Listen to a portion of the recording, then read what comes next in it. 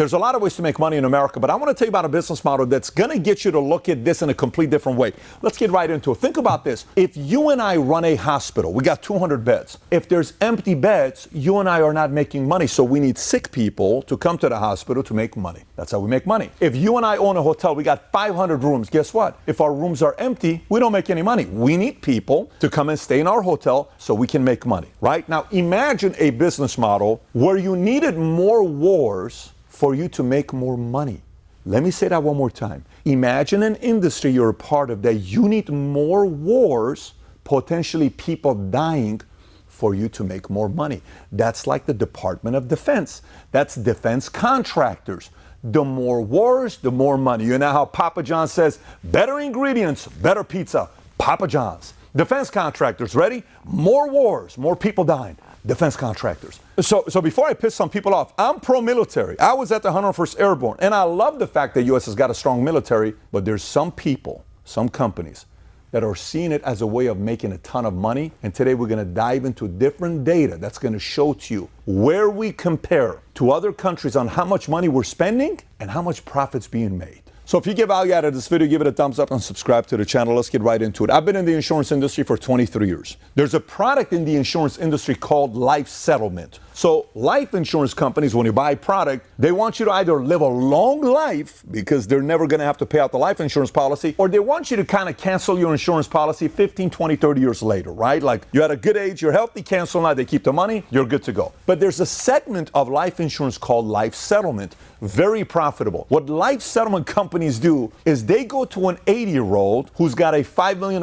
insurance policy, whose premium's going up, and it's like paying $3,000, $4,000 a month, who can't afford it anymore. And say, I can't afford to pay $3,000, $4,000 a month. The life settlement company will say, hey, Mr. Jones, you got a $5 million insurance policy? No problem. How about I give you $1 million cash up front? I'll take over the payments, but when you die, that death benefit is coming to me. That's called the life settlement. So now, you may say, that's crazy. Wait a minute. The 80-year-old is sitting there saying, man, that's crazy. I mean, there's nobody else I can pay this insurance policy to. My wife is dead or my husband's dead. Fine, I'll take the $1 million and you can take the rest. I'll give it over to you. Fantastic. That person got $1 million. They're happy. You're the person that bought the policy.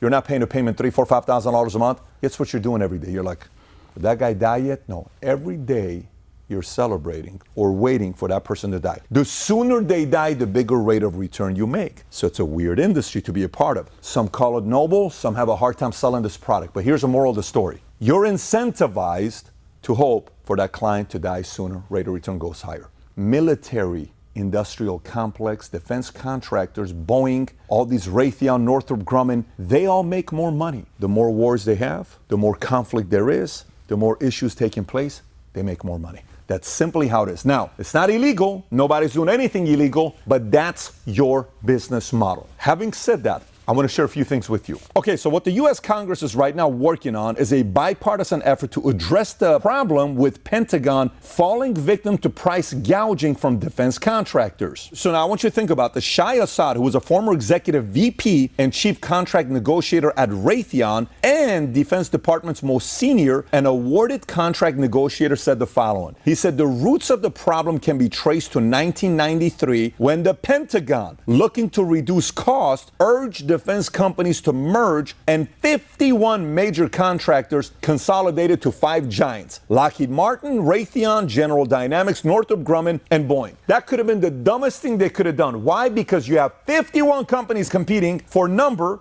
so you and I taxpayers can get the best rate. Now they're saying, nope, there's only 5 companies you can go through. And those 5 kind of said, well, listen, guys, we can compete as much as we want, but we're kind of on the same team as well because there's no other companies. We got everybody. Thank you to the government. Wink, wink. We're good to go. Here's one thing to keep in mind. The Pentagon overpays for almost everything: radar, missiles, helicopters, planes, submarines, everything down to the nuts and bolts. Matter of fact, NASA once paid $10,000 for an oil pressure switch that only cost $328. And in the competitive environment, before the companies consolidated, a shoulder-fired Stinger missile that cost only $25,000 in 1991, with Raytheon now being the sole supplier of that missile, it now costs more than $400,000 to replace each missile sent to Ukraine. Guess what? It's a beautiful place for these guys to be. You got a monopoly. You're the only person that can sell it. What a beautiful place to be. I got no 6, 7 other people to compete against. No. Guess what? What? Used to be $25,000. What do you think we should sell it for, Johnny? I think 400 grand. It's 400 grand. Pay it.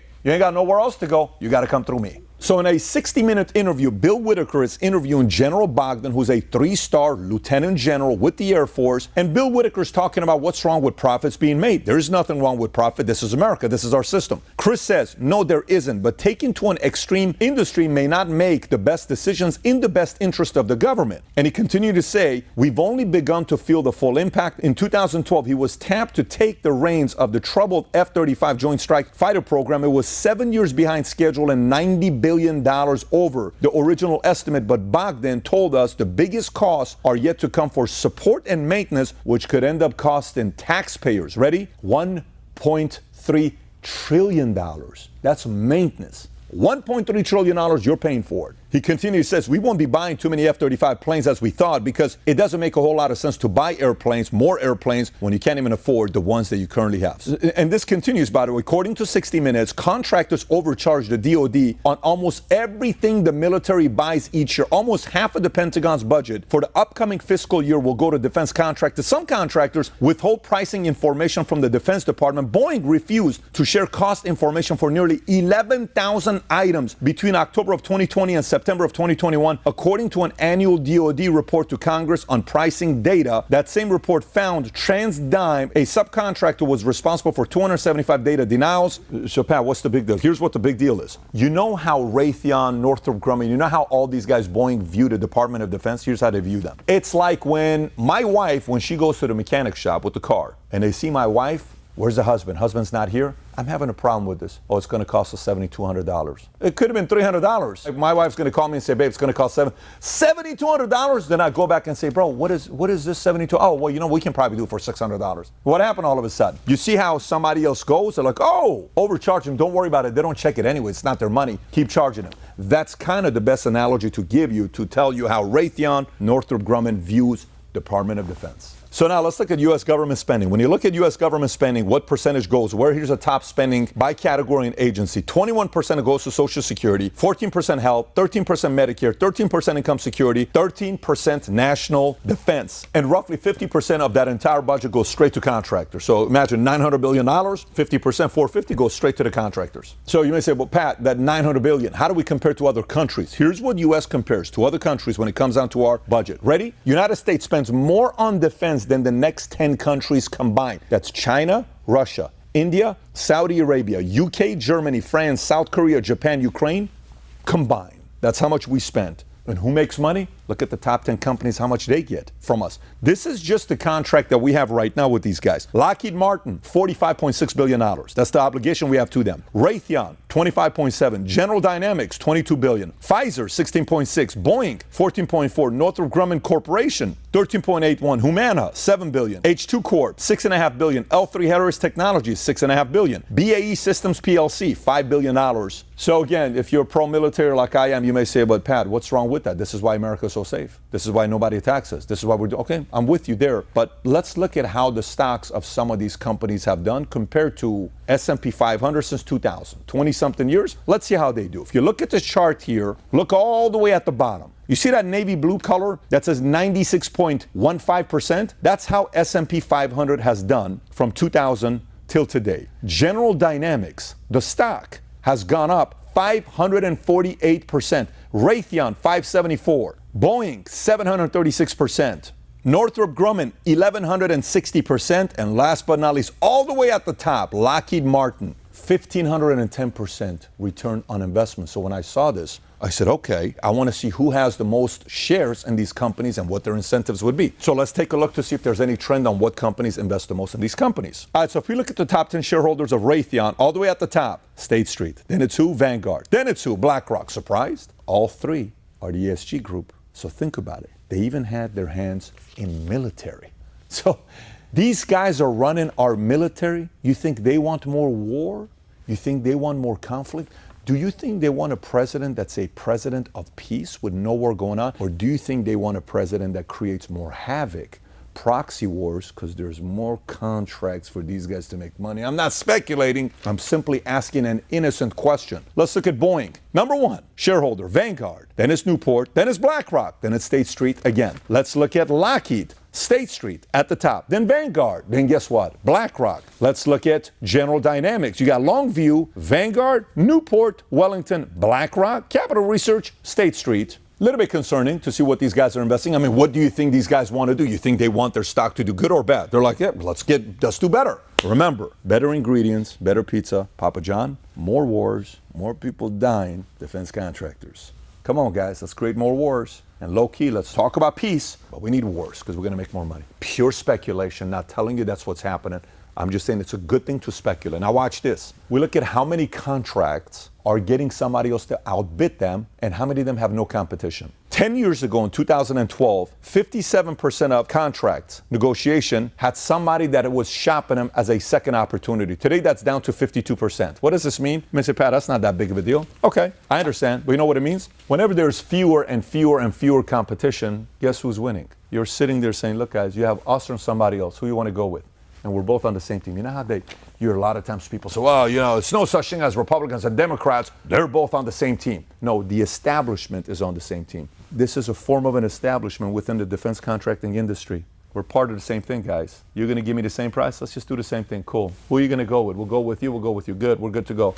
Everybody make their money. Final thought. So now you may say, Pat, you don't sound like a capitalist. I'm a capitalist. No, you do not sound like a capitalist. What's wrong with these guys making money? I totally get it. There's many ways to make money. One thing I don't want to do to make money is I don't want to see more wars with people dying for you to make more money. I've actually lived through a war as a kid. So when I watch a movie and in the movie I hear the whistling sound, I have an immediate reaction. Maybe you watch a whistling sound, you're like, oh, it's just a movie. To me, a whistling sound goes back to me being 6 years old, living in Iran. 5-second pause, you don't hear anything, and then boom. Next one comes, boom. What's telling you is the bomb is getting closer to you, and you actually knew when the plane flew over, and then you look at your mom and your dad and you're crying and you're hoping it left us, and they say, it's okay, we're not gonna get bombed. That brings back certain experiences as a kid, right? I don't want to see people dying, and there's a lot of innocent people going through this. Now, on the capitalism side, how do we correct this? We need more companies. Can we tell these guys to break apart? No. Why not? Don't we have a monopoly law? Yeah, monopoly law, if you Google it right, it'll say 50%. But isn't that the law? Let's enforce it. If they really wanted to enforce the monopoly law, iPhone right now, you know what the number is? At Google right now, what percentage of market share does iPhone own in America? You know what the number is? 58%. How come no one's calling iPhone and Apple and saying, hey, you got a monopoly? Have you heard a story of anybody approaching Apple right now to say you got a monopoly with phones? What's another competitor? What do you own? What are you watching this on right now? An iPhone? You know what the chances are? Maybe a Droid. And maybe all your friends are saying, stop texting me with a Droid in a group text. You're green. You need to be blue. And you're being forced to change to iPhone because you're green. You know what I'm talking about. And like, well, I'm not going to switch. Totally fine. Guess what? Apple has a monopoly. No one's doing anything about it. My concern is we need more phone companies, more contractors for people to compete with. The only thing I can think about on how we can fix this is the founder mentality. Let me explain to what I mean by this. So why do these guys not care? Why do the employees at Department of Defense not care about the fact that I'm paying $10,000 for a $300 thing? Here's why. The individual I promoted to be the president of my company, the insurance company, is a girl named Maral Keshishian-Bekian. She was my banker at Chase years ago at WAMO. I hired her. She's been with me for 13 years. I kept telling her, I said, the day you treat the company's money like your own is the day you're ready to be a C-suite executive. And I kept saying this over and over and over again, which means some guys are like, how much is it going to cost? Oh, it's fine, $10,000 fine. She's like, how much? $10,000. I got a couple other options. This guy quoted $7,200. This guy quoted $6,800 for the same exact thing. And they would say, well, let me get back to give us 30 minutes to come back. We can do for $6,700. Bingo, saved the company $3,300. She's got founder mentality. Versus some other people are like, oh, just pay the 10 grand. Who cares? It's not our money anyway. It's the company. We can afford it. No, you just cost us $3,300. So how many of these employees working at Department of Defense have the founder's mindset? None of them. Why? It's not their money. It's your money they're spending. So we have to figure out a way to change the comp plan on the way these guys are negotiating on your behalf. It's our country. It's our money. There's got to be accountability. If there isn't any accountability, with margins next to it, prices next to it, Congress can tell every one of these companies, if you don't give us a price point on your products up front, we ain't buying from you. And they can figure out a way to cause these guys to give actual prices to not bully you, the taxpayer. That's one of the only ways I see us being able to hold these guys accountable. All right, so if you got value out of this video, give it a thumbs up, subscribe to the channel. If you got a solution on how you would fix this, comment below. If you enjoyed this video, I got another video I want you to watch about how the military is going woke. If you've not yet seen that, click here to watch that clip. Take care, everybody. Bye-bye, bye-bye.